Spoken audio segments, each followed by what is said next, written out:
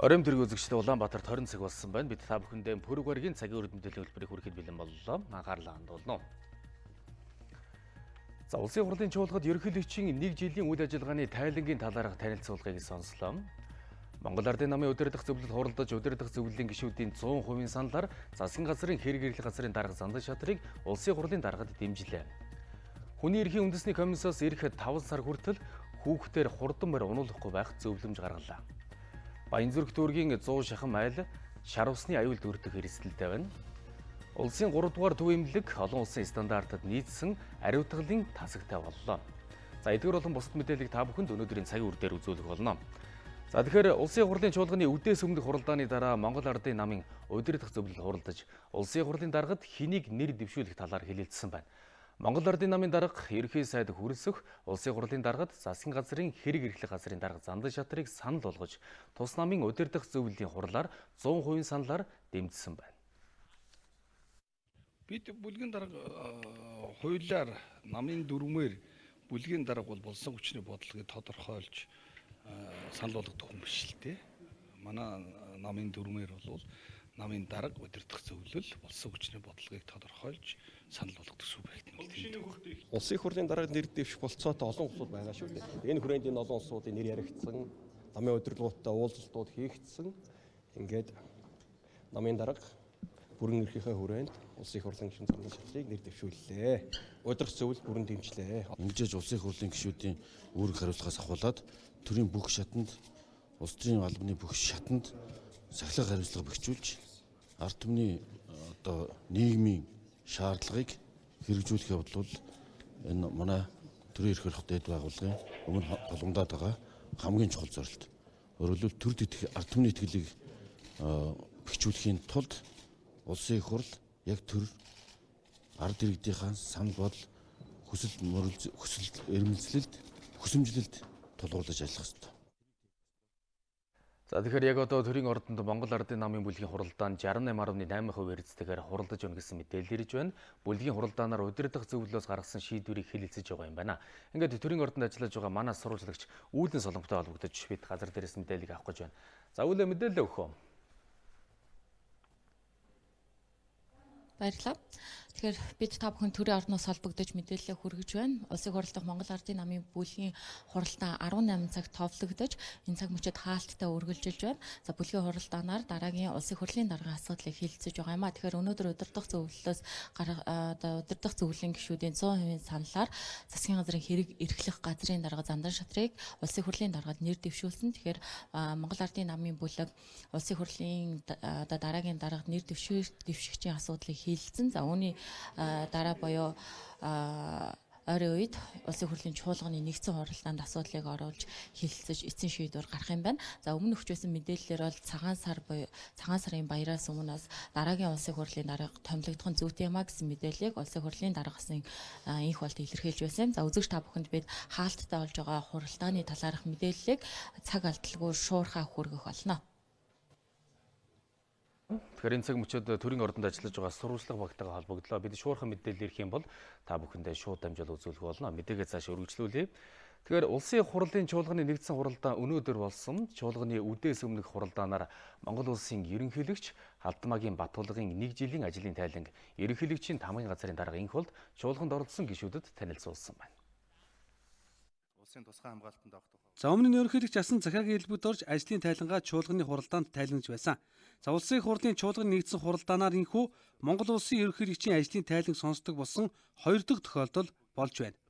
Монгол улсын ерөнхийлөгч улсын хурлтай харилцаж ажиллах бүрэн эрхийнхаа хүрээнд Монгол улсын их хурлын чуулганы нэгдсэн хуралдаанд 8 удаа оролцож улсын их хурлын баталсан хууль, тогтоолд 4 удаа хориг тавьж хууль улсын их хурлын шийдвэрийн 3 төсөл санаачлан өргөн барьж 6 албан тушаалтныг томилох асуудлаар улсын хурлдаа зөвшөлдсөжээ.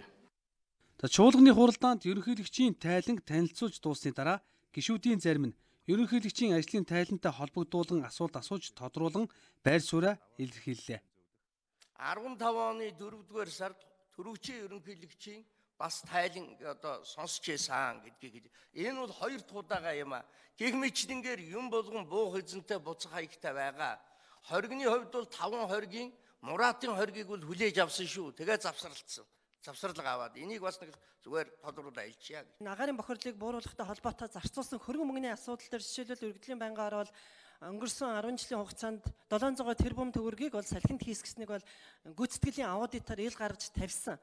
Өнөөдөр би бас сонссон ерөнхийлөгчийн зүгээс энэ агаарын бохирдолтой зарцуулсан хөрөнгө мөнгөн дээр асуудлыг одоо бодитоор гаргаж ирэх талаар ерөнхий прокурорд бас материал өгсөн гэж сонсч байсан. Өчигдөр утааны анх удаа сонсгол хийсэн, хяналтын сонсгол, улсын хурл сонсголын тухай хууль гарснаас хойш анх удаа хуулиа хэрэгжилж хийсэн, улсын хурлд талархж байгаа. Эцээ ямар үр дүндсэн тодорхой ийм байдлаар ажиллая гэдгээр өнөөдөр 4 байнгын орон даргыг ерөнхийлөгчдөр урьж байгаа. Ер нь одоо манай улсад бол мэдээллийн аюулгүй байдал бүрээ алдагдсан байна гэдгийг бол дэлхийн нийтэд хэвлэл мэдээллийн байгууллагууд хүртэл онцолж байгаа. Өмнөх хүмүүс нь ажилласаа гараад дараагийн үе ирснээр тухайн ажил зогсдог байдалтайгаар л бүх яам тамгын газрууд, айг хамтлагуудын мэдээллийн аюулгүй байдал хангагдж байна. 19 оны үндэсний аюулгүй эзэн зөвлөсөн хэрэгцэх асуудлын төлөвлөгөөнд орчихсон байгаа. Яг одоо байгаа нөхцөл байдал тулгамдж байгаа асуудлын талаар нээсттэй чуулганд ярих боломжгүй байна. Хэрвээ ямар нэгэн байдлаар улсын хурл хаалттайгаар мэдээлэл авна, эсвэл одоо холбогдох байнгын хоруудууд дээр энэ асуудлыг хаалттайгаар мэдээлэх боломжтой. За тайлант хугацаанд ерөнхийлөгч Баттуулга 21 байгууллага 14353 иргэнийг төрийн дээд цол одон медалаар 637 албан хаагчийг энхийн төлөө медалаар 8636 ихийг алдарт их 1-2 дугаар одонгоор шагнажээ. За харин уучлал үзүүлэхийг хүссэн 62 өргөдлийг хүлээн авч хянан үзээд шаарлах хангаагүй 21 өргөдлийг буцааж бусад 41 өргөдлийг судалж байгаа юм байна. Өнөөдөр мөн уул уурхай яамнаас ил тод хариуцлагатай уул уурхай хэвлэлийн багварлыг хийлээ. Уул уурхайн салбар 2018 онд улсын төсөвт 2 их найд төгрөгийн татвар хураамжийг төвлөрүүлсэн байна. Улсын төсөвт орсон орлогыг өнгөрсөн онтой харьцуулах юм бол 456.3 тэрбум төгрөг буюу 28.6%-аар өссөн байгаа юм а. Энэ үеэр мөн олонний анхааралд байгаа зарим асуудалд салбарын сайд хариулт өглөө. Дорногов аймгийн тусгай хамгаалалттай газар нутаг болох хамрын хэдийн ойролцоо хятад компани нүүрс олборлох зөвшөөрөл авсан гэх мэдээлэл өмнө олонд итгүрсэн. Энэ асуудлын талаар тодруулахад яамны хуулийн хилтээс шалгаж байгаа юм байна. Шаардлагатай бол тусгай зөвшөөрлийг цуцлана гэлээ. 2014 онд орон нутгийн тусгай хэрэгцээнд газрыг нь авсан байдаг. Мөн шийдвэр гаргасан шүүгчдийн бүрэлдэхүүнд хэн багтсан хэргийн эзэдийн мэдээллийг ил болгоно гэсэн юм а. Уул уурхайн тусгай зөвшөөрөл олгоно гэдэгтэй бол энэ байж болохгүй асуудал. За энэ дээр бол мэдээж шүүхэн шийдвэр эцсийн шатны шүүхэн шийдвэр гаргаад одоо тэр тухайн одоо тусгай зөвшөөрлийг бол сэргээсэн асуудал гарсан юм байлаа. За энэ дээр бол би одоо хуулийн хүрээнд нь бол шахаж ажиллах яаралтай шуурхай шийдвэр гаргах гэдэг ийм чиглэлийг 3 одоо чиглэлийг бол Ашигт Малгун газрын засгийн газрын хариуцж байгаа удирдлагууд бол одоо өгсөн байгаа. Ашиглалт болон хайгуулын зөвшөөрөл олох нь өөрөө зохисгүй зүйл гэдэгтээ бидний байр суурь хатуу байгаа. Орчин холбооны улсаас нийлүүлж байгаа шатхууны хэлийн үн буурсантай холбоотойгоор энэ оны 1-р сарын 16-наас шатхууны жижиглэнгийн үн улсын хэмжээнд 100 төгрөгөөр буурсан. Шатхууны үн өсгөд өсч буурахад буурдаг байх тогтолцоор орох хэрэгтэй гэдгийг салбарын сайд хэллээ. 2-р сард шатхууны үн ханшийн хэлбэлзэл гарахгүй гэдгийг онцолсон юм. Харьцангуйс өмнөх 2018 оны мөн 1 сар үетэй харьцуулахад ам долларын ханш маань бол өөр 2410 төгрөгийн зүрхтэй байсан. Одоо өнөөдөр 2019 оны 1 сард бол ам долларын ханш маань бол өөрөө 2657-60 орчим төгрөгийн зүрхтэй байгаа. Ингээд тооцоод үзэх юм бол долларын ханш маань бол ерөнхийдөө 1 долларын төгрөгтэй харьцах ханш маань 1 литрийн жижиглэн үнэтэй бол ойролцоо очиж байгаа. Тэгэхээр бид нар яг бодит түн дээр бол 250 төгрөг буюу ханшин зөрүүл оруулахад үндсэндээ нэг 150-аас 200 орчим төгрөг, нийтдээ бол 400-аас 450 орчим төгрөг одоо буугдсан гэж бол тооцоолол гарч байгаа. Ашиглалтын тусгай зөвшөөрлийг шинээр 9 газар төгсөн байна. Мөн 110 тусгай зөвшөөрлийг сунгаж 65-ыг нь цуцалжээ. Салбарын сайд шүүгчид үндсэн хуулийн 6-гийн 1 дахь заалтыг сайтар ухамсарлах хэрэгтэйг санууллаа. Нэг талаас мэргэжлийн хяналтын хүчингүй болоход нөгөө талаас шүүх эсрэг шийд гаргаж болохгүй гэсэн юм а. Энэ шүүхийн шийдвэр гаргаж одоо цуслагдсан ч юм уу цуцалсан талбайг сэргээд одоо бас ойлгох хэрэгтэй. Ялангуяа манай шүүгчдэр энэ дээр бас Монгол улсынхаа энэ байгалийн баялагтай холбоотой асуудал үндсэн хуулийн 6-гийн 1 дээр заасан энэ заалтыг бас ухамсарлаад энэ цуцалсан мэргэжлийн байгууллагууд нь болохгүйгээд гаргацсан байгаа шийдвэрийг эргэлж сэргээдгээ одоо болох хэрэгтэй. Энэ бол байж болохгүй асуудал угс. Монгол улсын хэмжээнд 2018 онд нийтээ 6.4 сая баррел буюу 866.3 мянган тонн газрын төс олборлосноос 840.4 мянган тонныг экспортлжээ. Ингэснээр газрын төсний салбарт төсвийн орлогын үүргээ 100% биелүүлж улсын төсөвт 223.4 тэрбум төгрөгийн орлого төвлөрүүлсэн байна.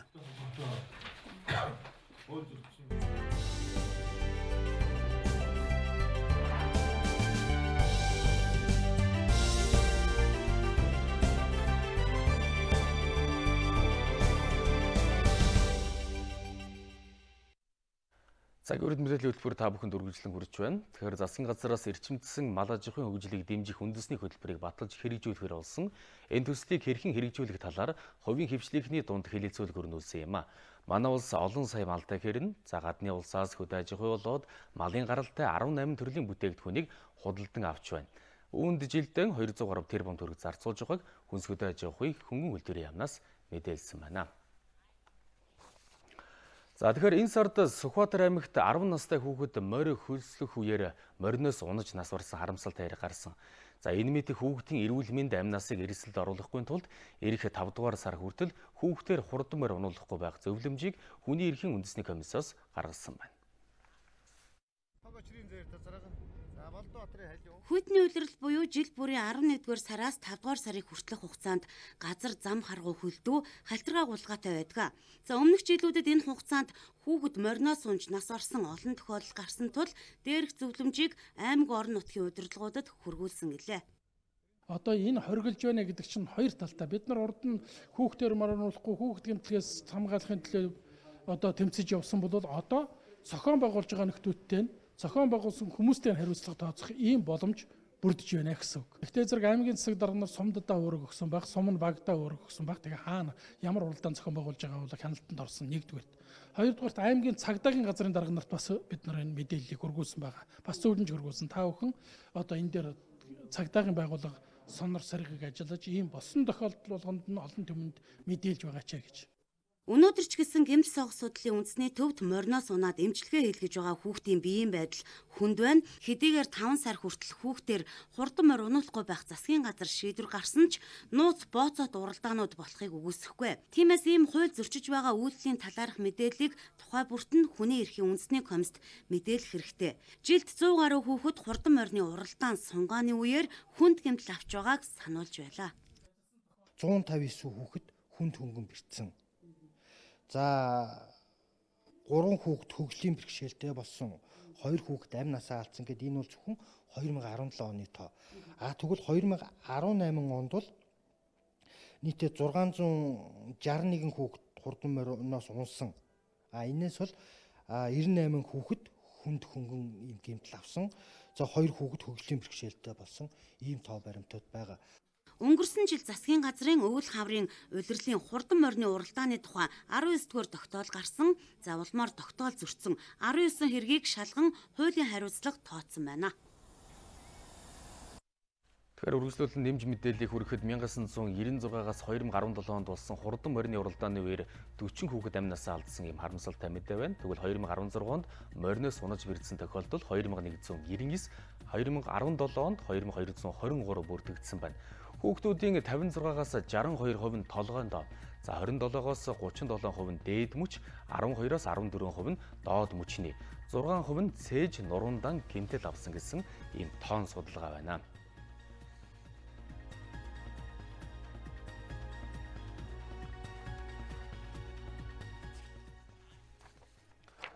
Баян зүрх дүүргийн 5 дугаар хорооны айл өрхүүд жилийн жилд үер усны аюулд өртдөг. За энэ жил хүүтргээс өмнө газрын гүнээс булгын ус их гарсан тул зарим хорооны гудамж талбай мөсөнд дарагдсан юм байдалтай байна. Хэрвээ цаг алдалгүй дагтарсан мөсийг цэвэрлэхгүй юм бол айл өрх шар усны үерт автах эрсдэлтэй байгааг онцгой байдлын албаагчид анхааруулж байна.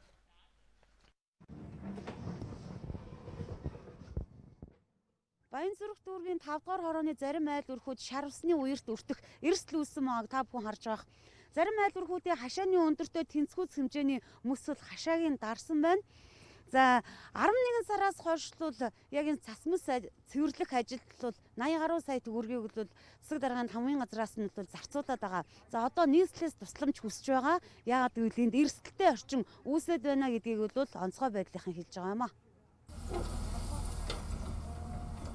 Одоо 11 сарын одоо 19-ноос хойш бол дүүргийн тогтцол үйлчилгээний онцгой байдлын эхэлцээс бол байнга ажиллаж байна. Дүүргийн засаг даргын нөөц хөрөнгө бол яг энэ Баянзүрх дүүргийн үер усан дээр ажилласаар байгаа дууссан. Одоо энэ утгаараа бол нийслэлийн засаг даргын нөөц хөрөнгнөөс одоо хэдэн төгрөг шийдэгдэж одоо энэ гудамжнуудын мөс засыг цэвэрлэх ажиллагааг одоо дүүргийн онцгой байдлын хэлтс тогтцол үйлчилгээний хэлтс зохион байгуулж байна. Зузаан мөсөнд хашаа хороонд дарагдсан энэ гудамжны айл өрхүүд жил бүр ийм эрсдэл тунд амьдрах хэцүү байгаа гэдгийг хэлж байлаа. Анхнаасаа эрсдэлтэй бүсэд иргэдэд хууль ёсны дагуу газар өмчлүүлж байгаа энэ асуудлыг цэгцлэх ёстой гэх тайлбарыг энэ тойргоос сонгогдсон улсын хурлын гишүүн онцолж байсан юм а. Энэ чинь бүх газрууд нь зөвшөөрлөлтэй. Өмчлөх эзэмших. Уул нь бол үерийн эрсдэлтэй бүсд бол ямар нэгэн зөвшөөрөл олгодгүй юм байна. Одоо бүх айлууд нь зөвшөөрлөлтэй. Та хэдэн жил амьдарч байна? Манайх одоо 10 гаруй жил амьдраад байж байна. Ер нь одоо болохгүй энэ хашаанаас ч буун эдийн засгийн үед ямар хэлээ тийм ээ нүүхлээ хэцүү шүү дээ. Ахаад бас нэг газар олдохгүй. Тийм учраас хэрэг нүүх юм бол газрын нөх хэрэгтэй. Энэ газар шөлөөлөөд тэгээ нүүх одоо боломжийн өгөх юм бол эдгээр нүгээл явчихна. Тэгэхээр ер нь бол өмнө нь бол энэгээр зүгээр ингээд горих урсдаг байсан байхгүй. Тэгээд энэ өнөөдөр ингээд энэ буруу газар олголтоос ингээд буруу төлөлтөөс болоод иргэд чохирч байна. Энэ төлөлт ч гэсэн үнэхээр одоо буруу байгаа нь бол харагдаж байна. Гудамж талбай нь мөсөнд дарагсан айл өрхийг шар усны үерээс зайлуулахын тулд дүүрэг болон нийслэлийн онцгой байдлын алба хаагчид ажиллаж байна. Энэ хаврын хувьд шар усны үерт автах хамгийн их эрсдэлтэй хороо дүүргийн судалгааг удахгүй гаргах юм байна.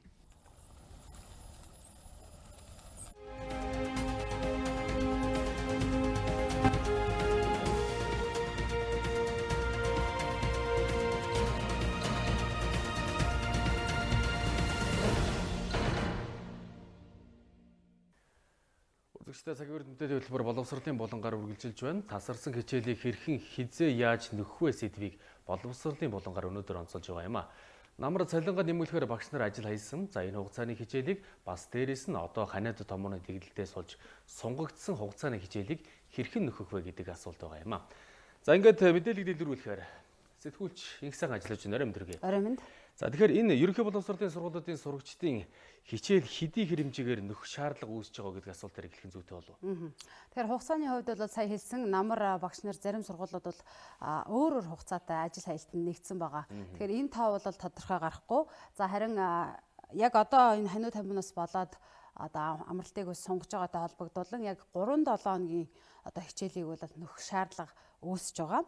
Тэгэхээр яг намрынхыг бол нөхгүй. За энэ удаа яг ханиу тамхитай холбоотойгоор улирлын амралтыг сунгаж байгаатай холбоотойгоор 3-7 хоногийн хичээлийг нөхөхөөр за салбарын яамны сайдын тушаал гарсан ажиллаж байна. За их ч гэсэн баг ч гэсэн энэ хичээлүүдийг нөхөх шаардлага бол үүснэ. Тэгэхээр олон ээж аваудаас асууж байгаа нэг асуулт байна. Тэр нь болохоор хичээлүүдийг дараа нь нөхөх үү эсвэл хизээ нөхөх вэ гэдэг асуултаас их ирж байна л да. За яг энэ нөхөх арга хэмжээг бол авч эхэлсэн. Цахим хичээлийг энэ 7 хоногийн сая даваа гаргаас эхлээд түгээгээд эхэлсэн. За одоо энэ дэлгэцэнд бол харуулж байна л да. Одоо жишээлбэл математикийн хичээл зааж байгаа шүү. Энэ бол анги ангиараа 1-ээс 12 дугаар ангийнхан зориулсан. За хамгийн одоо хүүхдүүдэд одоо юу гэдгийг тийм ээ хүнд байдаг сэдвийг сонгоод энэ хичээлүүдэд багш нар бол зааж байна. За салбарын яамны сайдын тушаал гарсны дагуу нийтдээ 38 багш бол ажилласан. Яг анги ангиар хичээлийг заасан. За гэхдээ бол яг голчлон олон цагтай байдаг хичээлүүдэд сонгосон байгаа математик, монгол хэл гэсэн хичээлээ сонгосон. За ахлах ангийнхан дээр бол бас уран зохиолын хичээлийг нэмж оруулсан гэж байгаа. За бусад хичээлийн хувьд бол 7 хоногт 1 юм уу 2 удаахан л ордог учраас энийг бол дараагийнхаа одоо яг хичээл эхлэхээр бас хичээлийн цагаа нэгтаршуулаад нөхчиж болно гэж үзэж байгаа учраас эдгээр хичээлүүдийг сонгож энэ даваа гаргаас эхлүүлээд түгэж эхэлсэн байгаа юм байна. За тэгээд яг ямар сэдвүүдээр сонгож явагдаж байгаа хичнээн багш оролцсон одоогийн байдлаар хандлт ямар байна вэ гэдэг тал дээр бид нар бас холбогдох байгууллагуудаас нь тодруулга мэдээлэл авсан байгаа. Энэ ярилцлагыг одоо үзүүлье. Одоо багшууд бол хүүхдүүддээ энийг л одоо мартчихж байгаа болов гэсэн тийм онцлог хичээлүүд, жоохон хүндөвтөр сэдвүүд ч юм уу. Ер нь хүүхдүүдийн одоо хичээлийн явцад бол алдаа гараад байдаг. Ийм сэдвүүдийг сонгож зааснараа бас их ач холбогдолтой гэж үзэж байгаа. Багш нар ер нь юуг одоо сэргээх гэж, сануулах гэж ямар одоо хичээлийн суурь вэ гэдгийг нь бол ерөнхийдөө багш болгон л харуулж чадсан гэж бодож байгаа. За миний хувьд бол 3 дугаар ангийн монгол хэлний хичээл заал. Эцэг эхчүүд маань байнга л балархай ашгийн одоо энэ дүрмтэй ном хаана байдаг вэ гэж асуудаг учраас би зориудаар одоо энэ балархай ашгийн үр гэдэг зүйлийг л одоо хүүхдүүдтэй, багш нартаа тэгээд эцэг эхчүүдэд зориулж одоо заалаа л гэж би бол ойлгож байгаа. За энд 1-ээс 12 дугаар ангийн монгол хэл математикийн хичээллэр 900 одоо цагийн агуулга бүхий онлайн сургалтыг бэлтгэж багш нар маань ажилласан байгаа. Онлайн дээр сургалт хичээлүүд тавигдсанаас хойш одоо энэ өнгөрсөн 5 өдрийн хугацаанд бол нийт 20 мянган үзэлт хандлт бол хийгдсэн байна. За эндээс бага ангийн хичээлүүдийг нийтдээ нэг 8600 гаруй хандлттай, дунд ахлах ангийн хичээлүүд бол нэг 11600 гаруй ийм хүүхдүүд маань үтсэн ийм дүн гарч байна. За тэгэхээр энэ хичээлүүдийг дараа нь хэрхэн дүгнэх вэ гэдэг асуудал гарч ирж байна. Энэ дээр ер нь ямар нэгэн байгууллагаас хяналт, шалгалт ч юм уу тийм хийж байгаа зүйл байгаа юу? Яг энэ асуултыг салбарын мэрэгжилтэнд тавилаа. Цахим хичээлүүдийг жишээлбэл хүртээмжийн тал дээр бол бас асуудал гарч ирнэ. Хүүхэд болгон цахим ертөнцид орж хичээлээ хийж чадах уу? За энэ хичээлүүд жишээлбэл хичээл эхлээд орлоо гэхэд яаж дүгнэгдэх вэ гэдэг тал дээр бол бид нар бас тодруулгыг авсан. За яг энэ ажлыг хариуцж байгаа хийж байгаа хүмүүс нь цайдын төвшөлөөр боловсролын хүрээлэн багшийн мэрэгжил дээшлүүлэх институт хамтраад яг энэ сэдвүүдээр яаж зохион байгуулалтаа хийх вэ, хичээлээ хийх вэ гэдэг дээр шийдвэрийг гаргаж ажилласан. За харин энэ цахим хичээлүүдийг санхүүжүүлсэн компанийн хувьд бол хувийн компани байгаа. За яаж дүгнэх вэ гэдэг дээр бол багш нар ажиллана. За яг энэ талаар бас мэрэгчлэнээс тодруулга авсан байгаа учраас энэ тодруулга өргөе. Тэгэхээр энэ бол багшийн сургуулийн хүрээнд бол хийгдэх ажил байгаа. Тэр үед бол хүүхдүүд нь бол хичээлээ үдсэн, мэдлэг нь одоо баттгагдсан тийм хүүхдүүд бол багш үнэлээд мэдчихнэ. Тийм одоо шаардлага одоо хангаагүй хичээлээ одоо үзээгүй тийм хүүхдээ хамбал багш бол давтлага өгөх, хичээл заах явцдаа нөхөх ийм одоо ажлуудыг хийнэ. Ер нь бол амралтын хугацаанд өөрчлөлт орсонтой холбоотойгоор бол аймагуд нийслэлийн боловсролын газар, ерөнхий боловсролын сургуулийн багш нар захирлууд бол сайд үүрэг болгосон байдаг. За энэ 2-3 хоногийн одоо хичээлийн агуулгыг бол нэвтрүүлж ингэж нөхөж гүйцээж бол одоо ингэж хичээл сургалтаа явуулна шүү гэдгийг бол үүрэг болгоцсон байна. Тэгээ 3 дугаар улирал, 4 дугаар улирлын одоо хичээл явцад бол энэ ингээд хугацаанд нөхөгдөөд ингээд дуусах ийм үүрэг болгоцсон байна. За салбарын яам хэрхэн ажиллаж байна вэ? Ямар зохион байгуулалттайгаар хэн энэ цахим хичээлүүдийг хийж байна вэ гэдэг тал дээр бид мэдээлэл өглөө. За энэ цахим хичээлүүдийн хувьд бол түрүү хэлсэн алдагдсан хугацааны хувьд зөвхөн томуу төс өвчнөөс болж улирлын амралтыг сунгасантай холбоотой яг энэ нөхөх арга хэмжээг л авч байгаа. За түүнээс биш яг намар бол одоо багш нарын ажил хайсантай холбогдуулсан хоногуд бол үлдэж байна гэсэн үг. Тэгэхээр яг энэ хугацаанд хийгдэж байгаа энэ арга хэмжээнд яг хүртэх ёстой сурагчид бас мэдээлэл авч чадж байгаа гэдэг дээр бид бас зарим хүүхдүүдээс, зарим сурагчдаас тодруулга авсан байгаа. Энэ ярилцлагыг хүргэе. Бөөнөрөө тэгэл яг ярилцж байгаа л хийж байгаа. Монгол хичээл илүү үзэж хийж байгаа шүү дээ. Одоо нөгөө захим хичээлийн талаар сонссон уу? Захим хичээл бас яваад байгаа.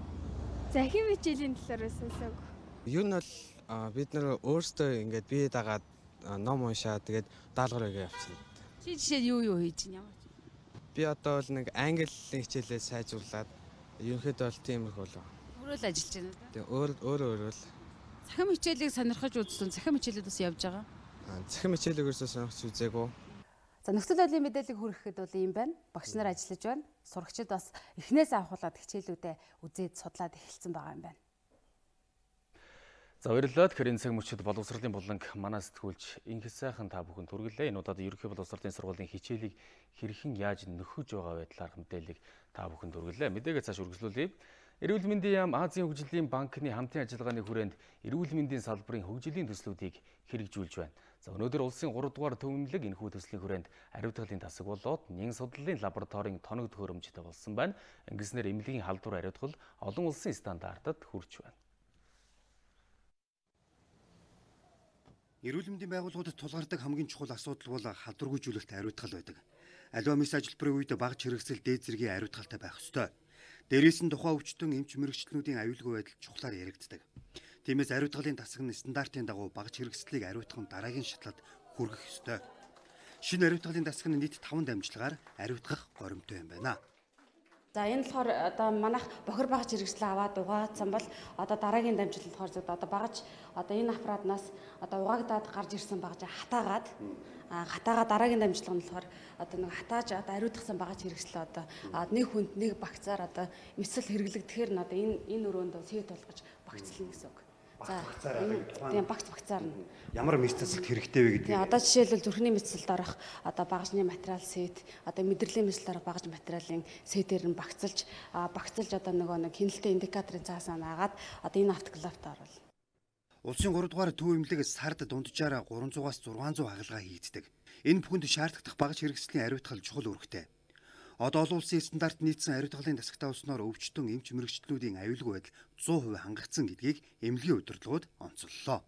3-аас 4 дахин нэн судлалын лабораторийн одоо үйл ажиллагаа 2 дахин одоо нэмэгдэх юм боломжийг бүрдэж байгаа.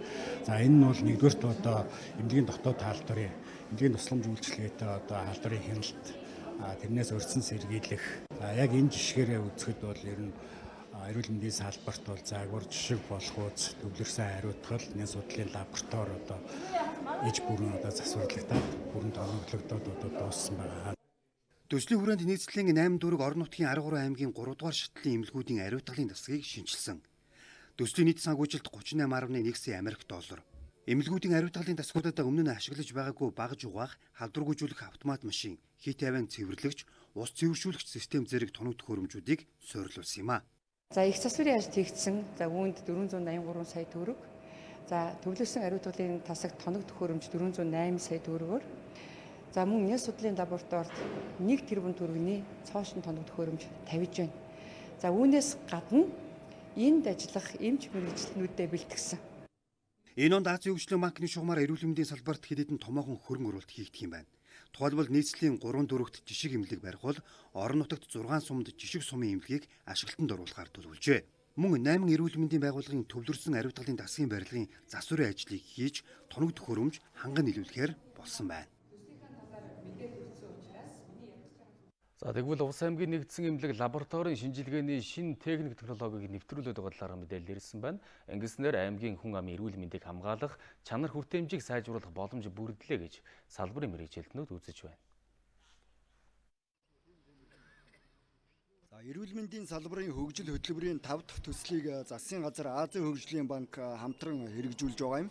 За тухайн төслийн хүрээнд Увс аймгийн нэгдсэн эмнэлэгт ариутгалын тасаг болон нэн судлалын лаборатори эмнэлгийн хог хаягдал төр хадгалах барилга байгууламжийг байгуулж орчин үеийн тоног төхөөрөмжүүдийг суйрлуулсан байна. За ингэснээр эмнэлгийн тусламж үйлчилгээний чанар аюулгүй байдал сайжирна гэж төслийн нэгжийнхэн болон аймгийн нэгдсэн эмнэлгийнхэн үзэж байна.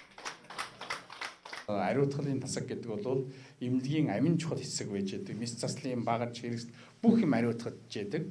Тэгэхээр энэ маань шинэ хад тоног төхөөрөмж за хүн хүчнийг сургаад одоо цэвэр ариун орчинд ингээ ариутгах чанартай ариутгах гэдэг маань бол цаашлаад эмнэлгийн тусламж үйлчилгээний чанарын том дэвшил бол гарах юм байнамаа. Эмнэлгийн аюултай хог хаягдлыг шатааж устгадаг байсан бол одоо энэ хог хаягдал төр хадгалах байранда халдвар гүйжүүлээд эртээ зүйлсийн буталж нунтаглаад энгийн хог хаягдал болгоод одоо устгах юм боломжтой болсон.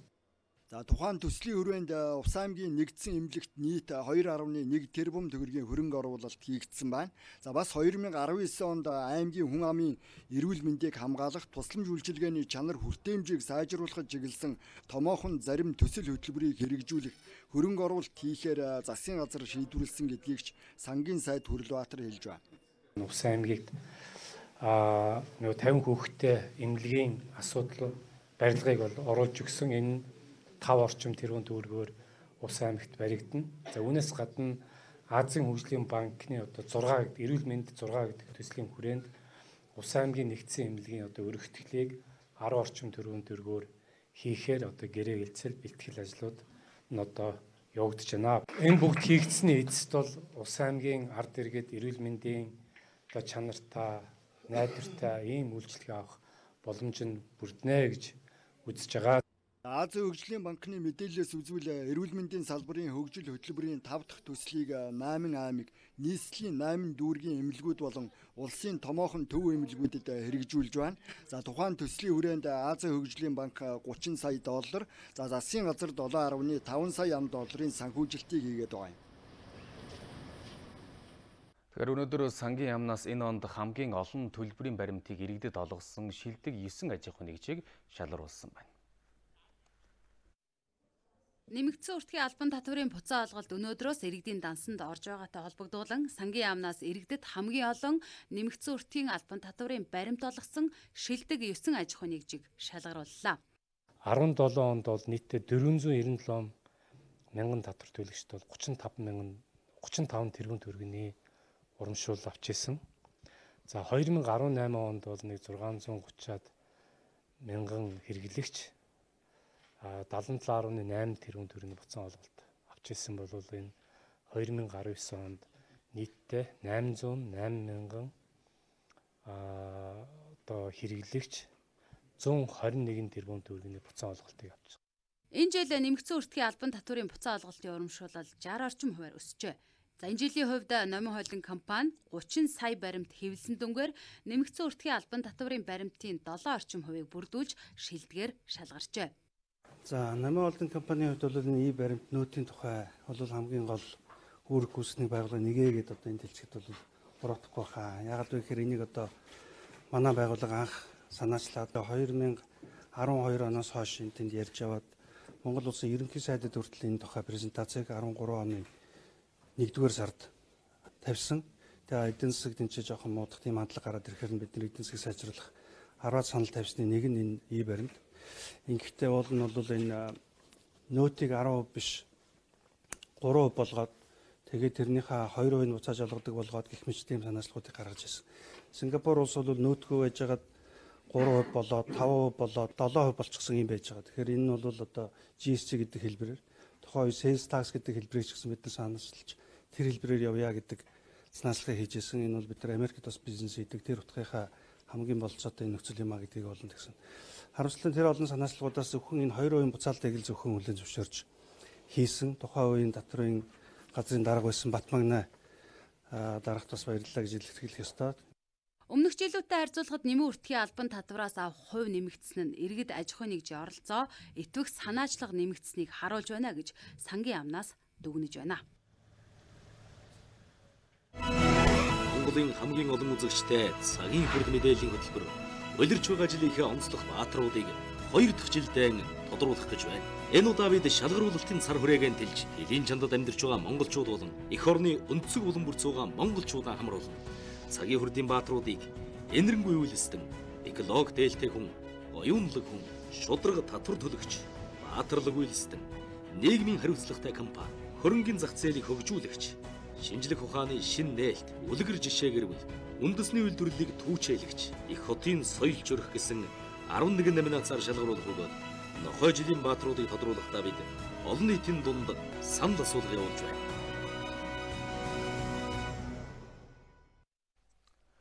Цагийн мэдээллийн хөтөлбөр та бүхэндээ энэ цагийг эгэлгүй туулж яваа цагийн үрдийн баатруудаа энэ мөчид тодруулсаар байгаа. Тэгэхээр дараагийн баатраа би та бүхэнд танилцуулах гэж байна. Тэгэхээр манай улсын хөдөө аж ахуйн орон гэсэн хэдий ч хүнс тэжээлийнхээ тодорхой хэсгийг гадаадаас импортоор авсаар байгаа юм а. Тиймээс хөдөө аж ахуйн салбарыг цогц шийдлээр нь хөгжүүлэх, үүндээ олон нийтийн оролцоог хангахаар зорин ажиллаж байгаа Төмөн шууд компани хамт олныг үндэсний үйлдвэрлэлийг түүчээлэгч цагийн үрдийн баатраар нэрлэж байна. Төмөн шууд компаниг 2004 онд 20 мянган өндөглөгч дахианы аж ахуйгаар үүсгэн байгуулжээ. Өвчилж авсан хүмүүсээс би худалдаж аваад анхны 2 байраа аваад тэгэлж ирсэн. Анх үйл ажиллагаа эхлэхэд бол бүх юм хуучны тоног төхөөрөмжтэй, технологитой, тийм хоцрогдсон үйлдвэрийг бас Өнөөдөр тус компани 300 мянган өндөглөгч дахиа 100 мянган өсвөр шуудтай дахианы аж ахуй болон газар тариалан хөдөө аж ахуйг хослуулан хөгжүүлэх тэжээлийн үйлдвэр, усалгаат газар тариалан, сав баглааны үйлдвэр, дахианы мах боловсруулах үйлдвэр зэрэг 5 салбар үйлдвэртэйгээр үйл ажиллагаагаа тогтвортой эрхлэн явуулж байна. Тэд Монгол улсын өндөгний зах зээлийн 20%-ийг Улаанбаатар хотын хэрэгцээний 53%-ийг дангаараа хангаж байна. Шууны байрны гэрэлтүүлэг, тэжээл, өндөг хураах, сангас гаргах, услуур гэх бүх үйл ажиллагаа хүний оролцоогоор энэ бүрэн автоматар хийгдсэн байна. Тэмдэглэгдсэн одоо микробиологийн няз судлалын лаборатори байна. Энэ лабораторид бид нэр өндөгнөөс гадна талаас нь арчтас авч эрүүл ахуйг нь үзэж байна. Мөн өндөгний одоо оскопи шинжилгээч, мэдрэгийн эрхтний шинжилгээ хийж дотор тал болон гадна шохоо мөрхүүл хийн уураг энэ төр нь зөв байрлалтай байна уу? Хийн занглаан зөв байна уу? Энэ өндөг маань яг өнөөдөр хэрэглэгчдэд хүрэхэд эрүүл байна уу гэдгийг шинжилж одоо ажилладаг байгаа. Төмөн шууд компани нь туулж ирсэн туршлагатаа үндэслэн энэ онд хөрөнгийн зах зээл товцоогоо боорлуулж нээлттэй хувьцаат компани болохоор шийдвэрлсэн. Олон нийтээс татан төвлөрүүлэх хөрөнгөөр өндөглөгч дахианы аж ахуйг өргөдгөө зогсохгүй. Услгаатай газар тариалан, гурал тэжээлийн үйлдвэр, мал бордож экспортлох зохицол, махны чиглэлийн дахианы аж ахуй, сангасны органик бордооны үйлдвэр барьж байгуулах зэрэг хөдөө аж ахуйн цогц төслийг хэрэгжүүлэх юм байна. Өмнө нь бол одоо тэжээлийг манайхаа юу гэж ойлгодог вэ? Хэвэг гэхээр л тэжээлгээ ойлгочдөг. Эсвэл хорголжин гэхээр нэг хэвэг улаан будаа хоёрыг ч юм уу 10 байтаа холиод шахацны хэвэг тэжээл гэж ойлгодог. Тэгвэл энэ чинь бол 20 хэдэн төрлийн түүхийд орж иж дахианы тэжээл гэдэг юм гарч байгаа.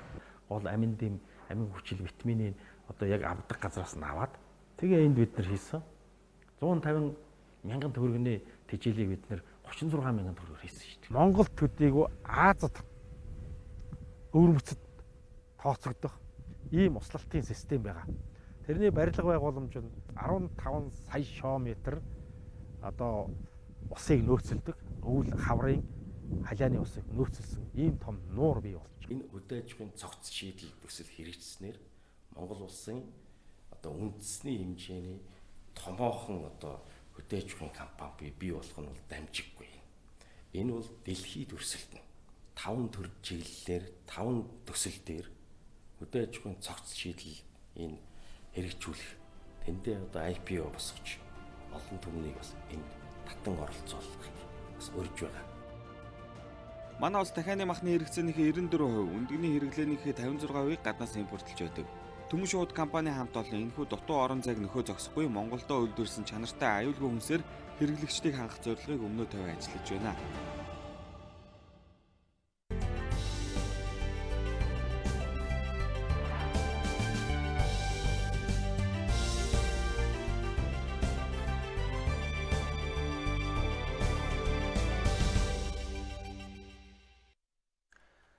Цагийн хүрд мэдээллийн хөтөлбөртэй хамтдаа үзэгчтэй охиндоо баярлалаа. Мэдээгээ цааш үргэлжлүүлье. Монгол улсын сүүлчийн эзэн хаан 8 дугаар богдож явзан дам хотогтын төмөн үлзийгээсний 150 жилийн ог улс орон даяар тэмдэглэн өнгөрүүлэх зарилгыг Монгол улсын ерөнхийлөгч гаргажээ. Өнөөдөр энэ зарилгыг албан ёсоор богд хааны ард түмүзид хүлээлгэн өглөө. Монголчууд тусгаар тогтнолоо сэргээсэн 1911 оны хувьсгалын гол удирдагч нь 8 дугаар богдож явзан дам байсан. Хэдийгээр монголчууд бүгдээрээ тусгаар тогтнохыг хүсч байсан ч нэг удирдлагын дор нэгдэх нь хамгийн чухал байлаа. Энэ ажлыг богд удирдан чиглүүлсэн хувьсгалыг эрчимжүүлж ялалтанд хүргэсэн юм а гэдгийг судлаачид хэллээ. Лам харгүй нэгдсэн одоо удирдлагатай энэ ард түмэн маань зангидсан гар шиг нэгтгэж үндэсний хэрэгжүүлээний хөдөлгөөнийг зохион байгуулсан богд Явзан дам хотогтын маань төмөн үлзийгээсний 150 жилийн энэ жил тохиож байгаамаа. 8 дугаар богдож явзан дам хотогтыг төмөн үлзийгээсний 150 жилийн орон даяар өргөн тэмдэглэж түүний дурсгалыг мөнхжүүлэх зохицлоор байгуулах мөн кино бүтээж олныг хүртэл болгохыг Монгол улсын ерөнхийлөгч зарлиг болгожээ.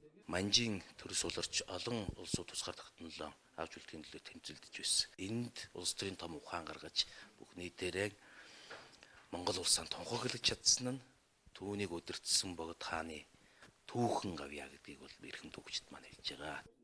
1911 оны хувьсгалыг урдаар бэлтгэж хийсэн түүхээс харагддаг. Жишээ нь манж гүрний иргэшээлт байсан улс үндэстнүүдээс манай улс хамгийн их хэлж тусгаар тогтнолоо зарласан. Бидний тусгаар улс болсны дараахан дундад иргэн улс манжийн дэрийг унгаж тусгаар улс болсон юм а. Энэ бүхэн санаандгүй зүйл биш байжээ. Дундад иргэн улсаас өмнө нь бид тусгаар улсаа зарлах нь илүү ашигтай байлаа. Хэрвээ бид жаахан л хугацаа алдсан бол тусгаар тогтнолоо олж авахын тулд илүү их зардал гарах байсан гэдгийг зарим судлаачид хэлж байна. Энэ хувьсгал хөдөлгөөний удирдагч нь Монгол улсын хамгийн сүүлчийн хаан Богд хаан байлаа. Үүнийг үгүйсгэж байсан цаг хугацаа байдагч түүхийн үнэн улам бүр тодорхойлжээ. Монгол улсын засгийн газар 2019 оныг эх оронч худалдан авалтыг дэмжих жил болгон зарласан. Засгийн газрын энэ шийдвэрийг үндэсний үйлдвэрлэгчид дэмжиж, үйлдвэрлэсэн бүтээгдэхүүнээ аль болох боломжийн үнээр хэрэглэгчдийн гар дээр хүрэхэд анхаарч ажиллаж эхэлжээ. Үндэсний үйлдвэрлэлээ дэмжих гэхээр өндөр үнэтэй байдаг гэж шүүмжлэх хүн олон байдаг.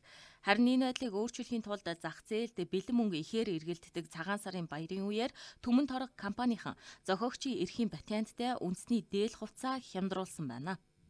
Засгийн газраас ийм шийдвэр гарсан нь бол бидний зүгээс маш их талархаж байгаа. За тэгээд бид нар бол бас 10-аад жилийн үйлдвэрээ одоо ажилуулахдаа бас нэлээд олон сорилтуудыг давж гарч байгаа.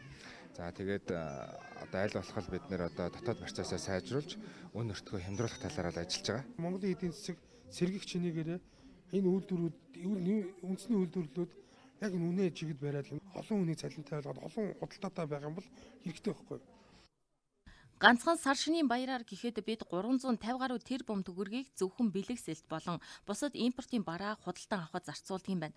Түмэн торог компанийн энийх бэлэн мөнгөний эргэлтийг эх орондоо үлдээж нэгч гисэн Монгол хүнд ажлын байр бий болгох, үйлдвэрлэлээ өргөжүүлэх, олон улсын зах зээлд гарахыг зорж байна. Тиймээс бүх салбартаа бодиттой хямдралтай худалдааг зохион байгуулж байна. За мэдээний ихэнд бид та бүхэнд төрийн ордонд Монгол Ардын намын бүлгийн хуралдаан болж байгаа талаарх мэдээллийг манаас сурвалжлагч Үүлэн Солон холбогдож өгсөн. За тэгвэл энэ цаг мөчид за бүлгийн хуралдаан дууссан байна. Ингээд гарсан шийдвэртэй холбоотой мэдээллийг бид төрийн ордонтой холбогдож авах гэж байна. Сахим системд ирдэггүй. За одоо л ирж байгаа шиг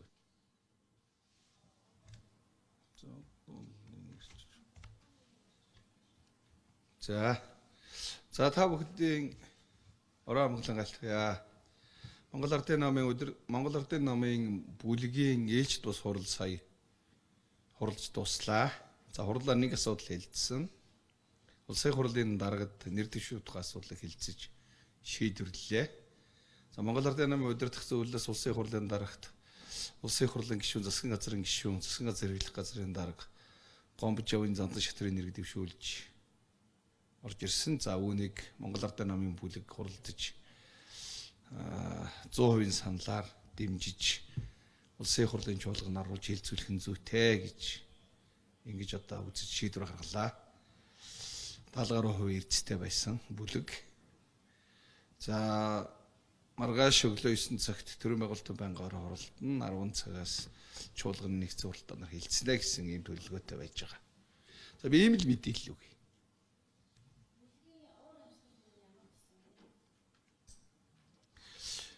За бүлгийн уур амьсгал бол би бол тун айтайхан болсон гэж ингэж бодож байгаа. Манай гишүүд бол одоо ер нь цаашаа эв хаваа бариад явъя гэдэг ийм их олон саналууд илэрхийлсэн. Сая л зөвхөн улсын хурлын даргатай холбоотой асуудлаа ярьсан. Түүнээс гадна ер нь цаашдын бүлгийн эмнэлэгтэй холбоотой асуудал нэлээд олон гишүүд хүлж цаашдын ер нь нэгтлээ бодоод бүгдээрээ одоо мөрөгдлөөр хэрэгжүүлэх ажилдаа шуудрыг гэдэг ийм санал давмгаалж яригдсан гэдгийг бас зориуд хэлье гэж бодож байна.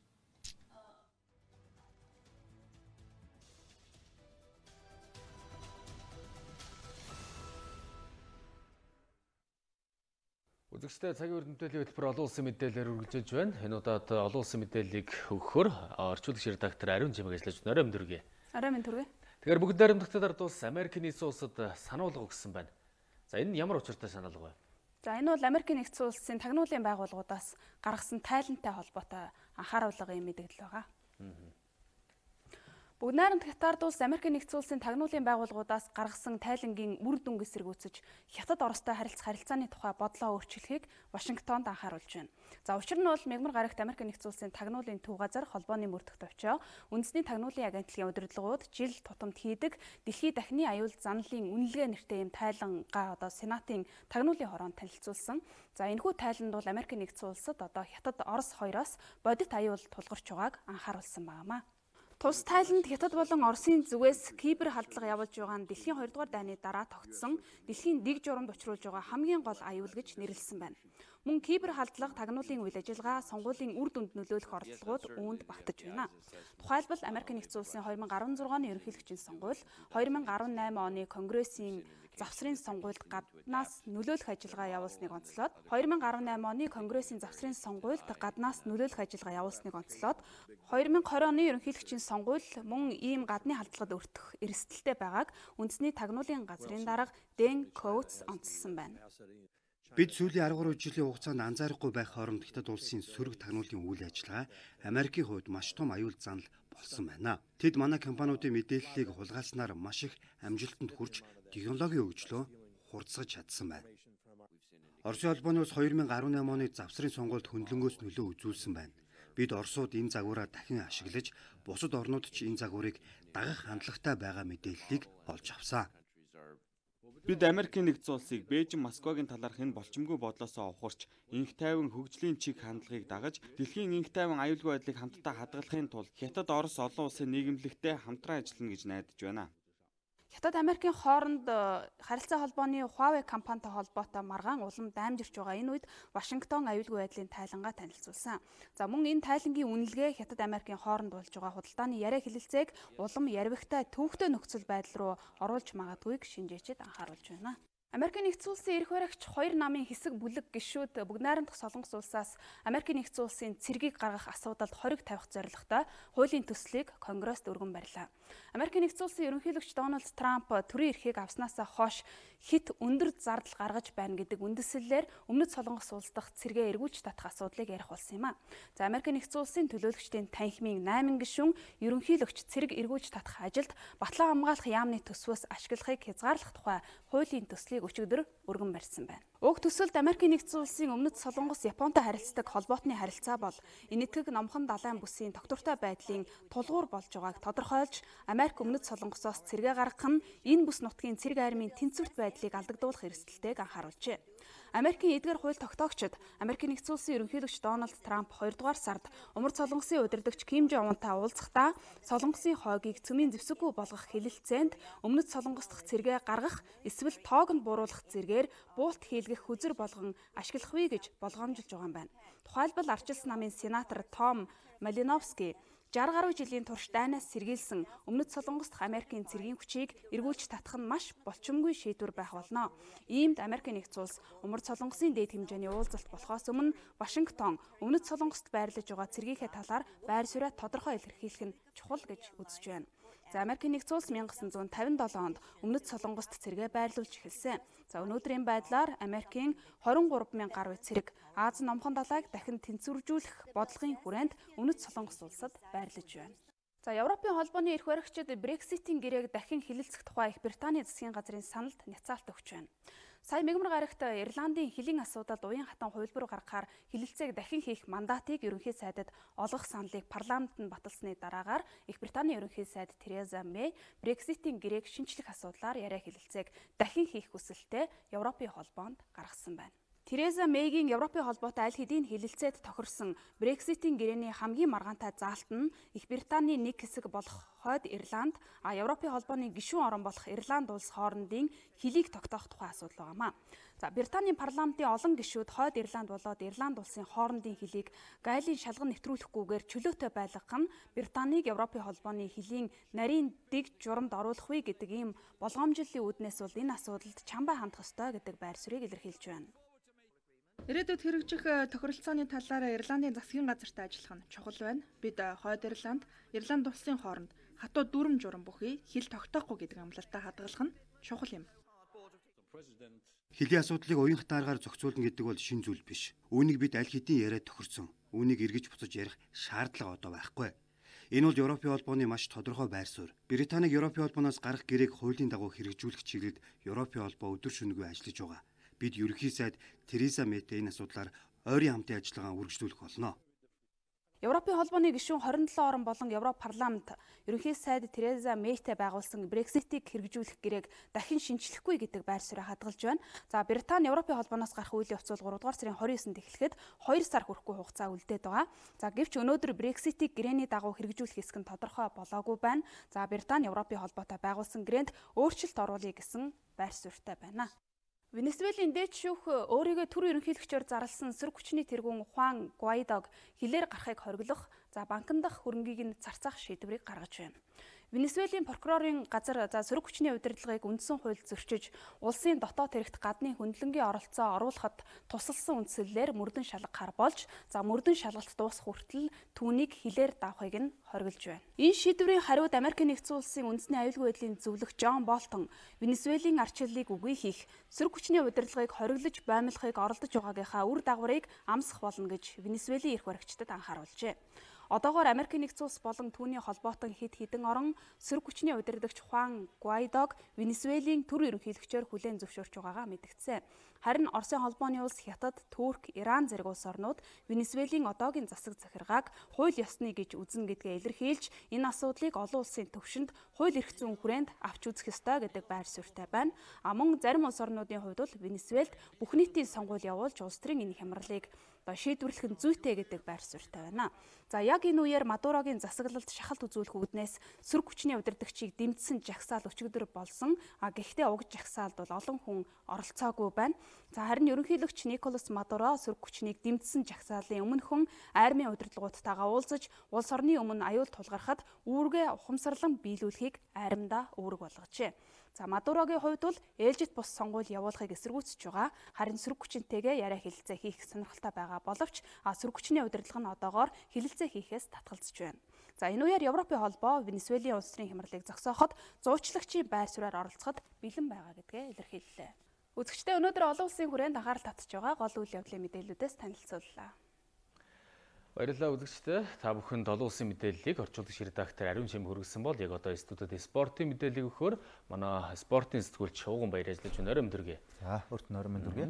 Тэгэхээр Хойд Америкийн үндэсний сагсан бөмбөгийн холбооны лигийн тоглолтууд ер нь дундаа орж байна. Лигийн тоглолтуудын эргэн тойронд ямар үйл явдал өрнөж байна? Тэгэхээр бас бүх оддын тоглолт эхлэхээс өмнө улирлын чухал тоглолтууд бас үргэлжилж байна.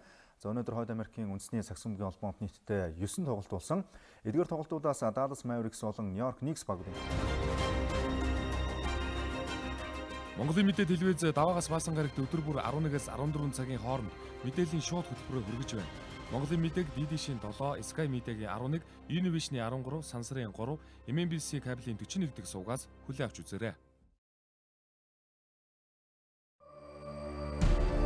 Монголын мэдээ телевизийн тойм тайлбар хөтөлбөр 2017 оны 3 дугаар сарын 25-наас нэвтэрж эхэлсэн. Хөтөлбөрөө даваагаас баасан гарагт 18 цагаас үзэгч танд шууд хүрч байна. Тухайн өдөр эх оронд болоод олон улсад өрнөсөн үйл явдлуудаас олонний анхаарлыг татсан онцлог 3-5 үйл явдлын эргэн тойронд тоймчид мэдээллийг бэлтгэн хүргэж байна. Үйл явдал хэрхэн өрнөв? Үүнтэй холбоотойгоор өмнө нь юу болж өнгөрсөн? Ирээдүйд хэрхэн өрнөх хандлагатай байна вэ гэдгийг тоймчид олон талаас нь анализ хийж үзэгчдэд дүгнэлт хийх боломжийг олгосон бүтэн 1 цагийн хөтөлбөрийг өдөр бүр алгасахгүй хүргэсээр байна. Монголын үндэсний олон нийтийн телевиз 50 жилийн түүхтэй Монгол улсын болон олон улсын хагас 100 жилийн түүхийн дуу дүрсний үнэт тарихыг бидэнд байна. Энэ бол тойм тайлбар хөтөлбөрийн гол агуулгын нэг хэсэг юм. Монголын мэдээ телевизийн тойм тайлбар хөтөлбөрийг тойм жалдан гэрэл, цэнд, сэтгүүлч үр цай, олон улсын тоймч цогтоо, төвшин жаргал, редактор Ариун Чимэг нар үзэгч танд хүргэж байна.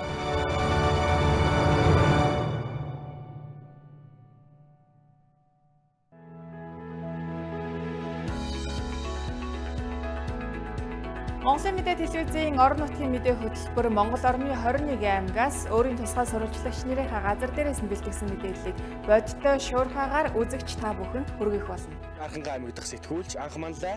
Монголын мэдээд сурвалжлагч Саран Чимэг. Монголын мэдээ сувгийн сурвалжлагч Наран Цэцэг. 2017 оны Монгол улсын Шилдэг аймаг Өмнөг аймагаас Дархуул аймаг дахь сурвалжлагч Буян шиг мэдээлж байна. Улсын хөгжил сумаас сумын хөгжил багаас эхэлнэ. Говьалтай аймгийн 18 сум 2 тосгон 84 багийн ард иргэдийн аж амьдрал Цагийн мэдээллийг 200 га талбайг нь хашаажуулж 22 худлыг гаргахнэ. Онцлог үйл явдлын мэдээллийг бэлтгэн өргөнэ. Орон нутгийн мэдээ хөтөлбөрийг үзэгч та бүхэн даваа суваг баасан гарагуудын 19 цаг 40 минутаас хүлээн авч үзээрэй. Нийгэм дөрнөж байгаа хамгийн их анхаарал татсан ард иргэдийн эрх ашигтай холбоотой сэдвийг халуун сэдэв нэвтрүүлгээр онцолдог. Олон талын их сурвалж үйл явдлын газар дээр нь очиж иргэдийг бид сонсно. Иргэн таны эрх зөрчигдөж байвал бидэн танд. Авилга, ашиг сонирхол, чимээгүй өргсөн хууль бус шийдвэр, хүүхдийн эрх гээд олон сэдвийн хүрээнд ард иргэдийн өмнөөс бид асуух болно. Халуун сэдвийн сурвалжлагыг 7 хоног бүр их сурвалжуудтайгаа уулзсан нэвтрүүлгээ бэлтгэж байна. Бидний хамгийн гол их сурвалж нь иргэн та. Баасан гарагийн халуун сэдв нэвтрүүлэг танд хүрэх болно. Сонин баярын бэлтгэсэн дотоод спортын үйл явдлын мэдээллийг товчоор үзүүлье. Монгол улсын ерөнхийлөгчийн ивэл доор жил бүр уламжлалт болон зохион байгуулагддаг футзалын үндэсний цомын тэмцээн энэ сарын 22-нд эхэлж нийт 9 өдрөөр үргэлжлэн 40 тоглолтын дараа медалийн эзэд тодорлоо. Тэмцээний дээд шатанд өнгөрсөн жилийн хасагдах шатанд шалгарсан шилдэг 8 баг өрсөлдсөнөөс Дархуул болон Орхон аймгийн багууд аваргын төлөө шалгарлаа.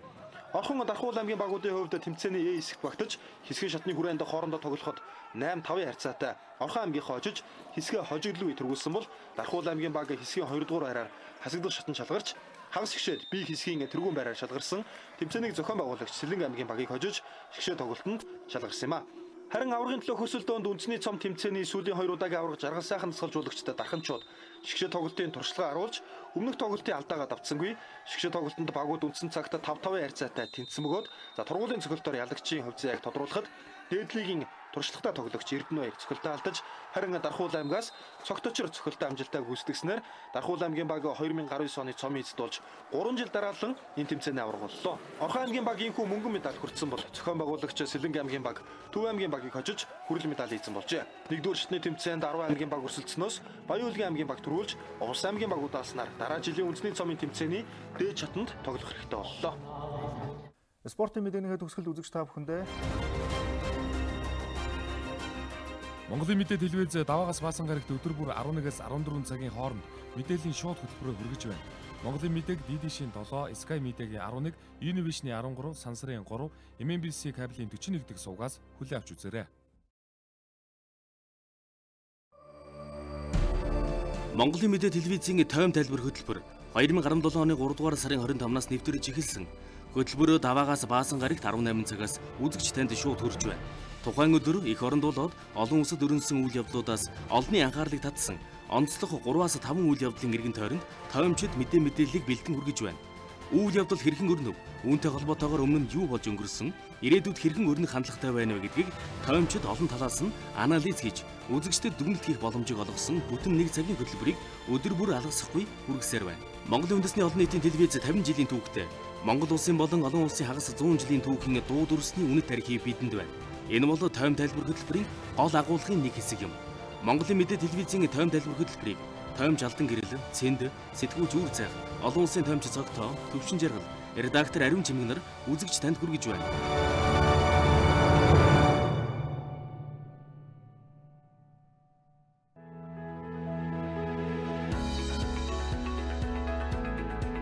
Монголын мэдээ телевизийн орон нутгийн мэдээ хөтөлбөр Монгол орны 21 аймгаас өөрийн тусгай сурвалжлагч нарийнхаа газар дээрээс нь бэлтгэсэн мэдээллийг бодиттой шуурхаагаар үзэгч та бүхэн хүргэх болно. Анхангаа аймаг дахь сэтгүүлч анх манлай Монголын мэдээд сурвалжлагч Саран Чимэг, Монголын мэдээ сувгийн сурвалжлагч Наран Цэцэг, 2017 оны Монгол улсын шилдэг аймаг Өмнөг аймгаас Дархуул аймаг дахь сурвалжлагч буян шиг мэдээлж байна. Улсын хөгжил сумаас сумын хөгжил багаас эхэлнэ. Говьалтай аймгийн 18 сум 2 тосгон 84 багийн ард иргэдийн аж амьдрал цагийн мэдээллийг 200 га талбайг нь хашаажуулж 22 хуудгийг гаргахнэ. онцлог үйл явдлын мэдээллийг бэлтгэн өргөнэ. Орон нутгийн мэдээ хөтөлбөрийг үзэгч та бүхэн даваа суваг баасан гарагуудын 19 цаг 40 минутаас хүлээн авч үзээрэй.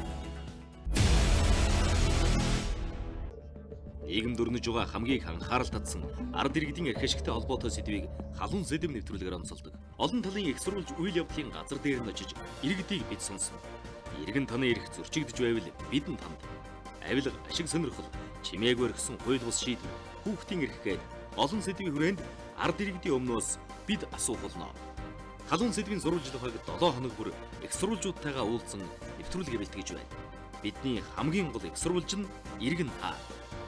Баасан гарагийн халуун сэдвийн нэвтрүүлэг танд хүрэх болно. Олон улсад томоохон бүтээн байгуулалт чиглэг бүтээгдэхүүн хөгжүүлэлтийн санхүүжилтийг хөрөнгөний зах зээлээс босгодог жишг байдаг. Монголын хөрөнгөний зах зээлч бас сүүлийн жилүүдэд эрчимтэй хөгжиж байгаа. Хөрөнгөний зах зээлийн талаар илүү дэлгэрэнгүй мэдээллийг шин тутамд эдийн засгийн аймаг та бүхэнд хүргэх болно. Хотын банкны салбарт одоогийн байдлаар 10 гаруй арилжааны банк үйл ажиллагаа явуулж байна. Энэ салбар санхүүгийн зах зээлийн нийт активын 95%-ийг дангаар эзэлж байгаа юм а. Банкны салбартай холбоотой сүүлийн үеийн мэдээллийг эдийн засгийн тоймоор Монгол улсын эдийн засгийг 2018 онд 5%-аар 2019 онд 6.3%-аар өснө гэсэн. Их оронд болон хөлийн чанарт өрнсөн спортын тэмцээн уралдаан үйл явдлын мэдээллийг танилцууллаа. Үзэгчтэй спортын мэдээллийг та бүхэн дууган баяр хүргэлээ. Ингээд мэдээний төгсөлд та бүхэн цаг агаар мэдээндээ анхаарал хандуулна.